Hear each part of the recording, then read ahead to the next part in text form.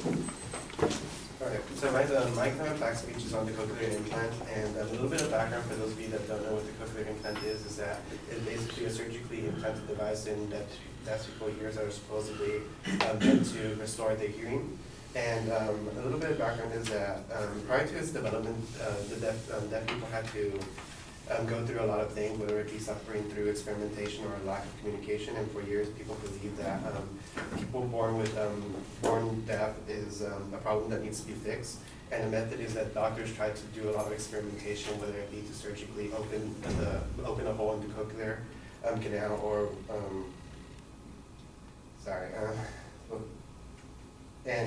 their parents usually tended to refuse to learn sign language, and they have to deal with not being able to communicate or have that personal connection with their parents. Now, even today, the technology has gotten a little bit better. The device is actually a lot smaller than it used to be, where years ago, the device that they had was really big and they had to carry it in front of them. The device is now small, and it's able to fit within the ear and a little bit of external parts on the outside of the ear. And this will, even though it's still a lot smaller and a lot better, the solution is still pretty dangerous because it still requires some surgery and it has some negative side effects, which I'll discuss later on. And the things that I'll be discussing is that the medical side of it, how it changes the lifestyle of the individuals, and how deaf individuals don't learn the skills that are necessary to communicate effectively. And my major claim is that cochlear implant has a significant negative impact on deaf children. Now, medically speaking, as stated in a documentary that I watched, which is Deaf Teens in the Hearing World, created by Claire Brandon, when they perform the surgery, they tend to have to perform the surgery on the ear that still has the best natural ability to hear. And after the surgery takes place, it tends to take 4 to 6 weeks after the surgery so that the implant can be completely switched on. And any natural ability to hear is completely destroyed, so they wouldn't be able to, if they didn't know sign language and they were relying on their natural ability to hear, they would be without communication for that 4 to 6 week period. And the solution doesn't tend to work on all individuals, and only after a couple of different medical tests and psychological counseling, medical professionals are able to determine whether or not it will be worth it for them to get it. These tests include X-rays and MRIs, along with asking them questions, which vary depending on whether they're an adult or a child. For an adult, they have to determine whether or not they have more benefit of just wearing a hearing aid, or how long they've had their deaf problem, or whether or not they have their speech and language developed after losing their hearing. And for children, it still has most of the same factors. However, it is still very crucial for them for the doctors to communicate with these children that they should have more realistic expectations about what the implant can do for them.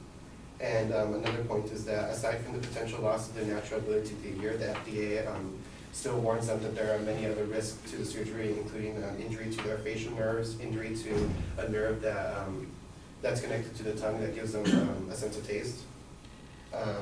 A lot of fluid leakage, whether it be through the fluid leakage from the brain, or fluid leakage from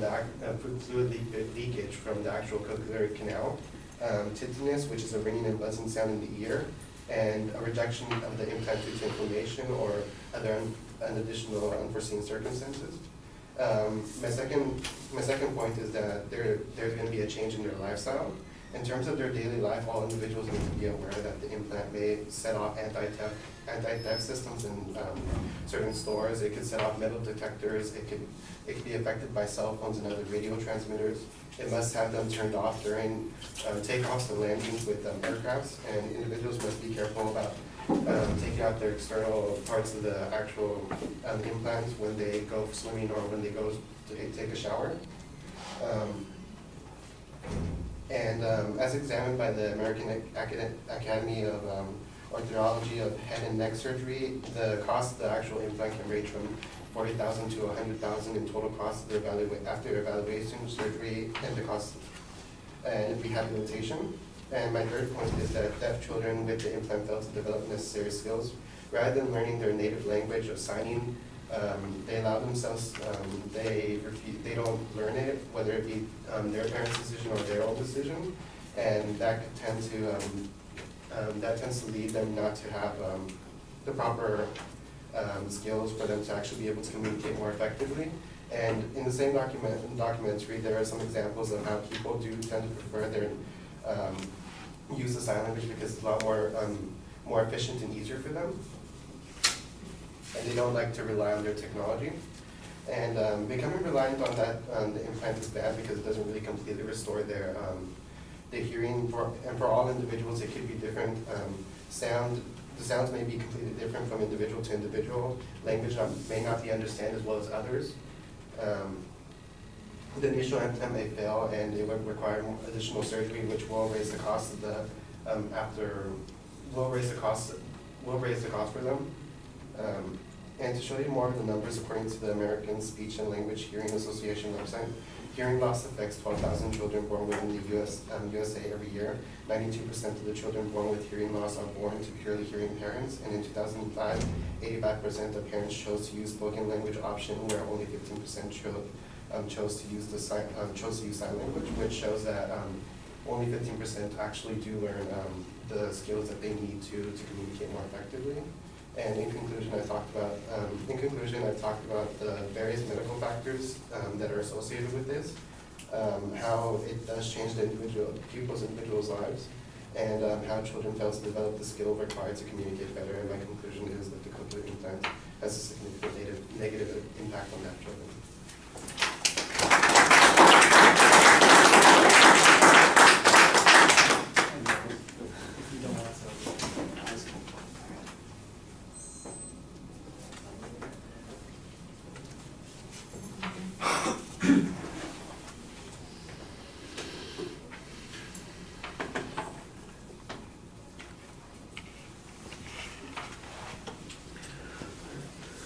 Walter, I think there's a lot of description and narrative going on in the presentation, and we need a few more declarative statements. You spend so much time kind of explaining what the process is, how it's supposed to work, what potential issues are, and there needs to be some data that shows that those potential issues are significant, that they're likely to occur, that they create the problems that you say are likely to exist in those situations. At the end of the speech, you had a little bit of statistical data on the number of children who are born deaf, some information about whether or not the parents learn the sign language or whether the kids learn the sign language.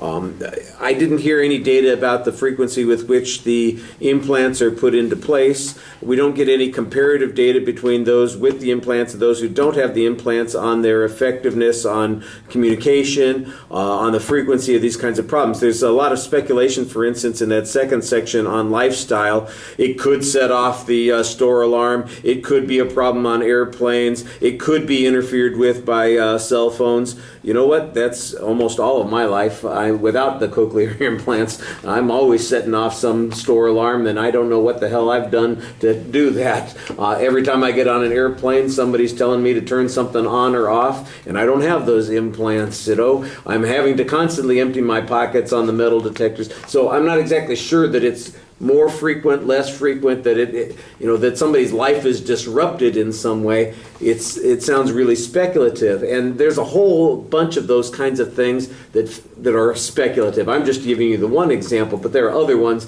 that fall into the same place. For instance, the stuff about whether or not they ever learn the sign language, and whether could they potentially have no communication tools for a period of time. I think that that's an interesting idea, but I don't hear any numbers on that. I don't know that anybody's been negatively affected by it. You don't have a story about somebody who went through this process and that's exactly what happened to them. So it's all hypotheticals that you're talking about there. It sounds to me like a lot of the information comes from the film that you're talking about, and it kind of describes potential issues, but there were a couple of places where you had some more particular information, for instance, about the cost. You did give us a source citation on that, and about a couple of the other problems that you mentioned, like on the statistics at the end. There were some source citations that were given on that. So I think you need a little bit more data on the problems, and a little bit less time spent kind of explaining all the potential stuff and really talking about the things that really have affected people, so that we know that there's a negative consequence. You do sound like you're rushing, but I know why you're rushing, because you have so much information you're trying to cover. I think you need to edit a little bit too. All right, thank you. Speaking of editing, I'm going to stop myself now. Graydon is going to be our next speaker, please.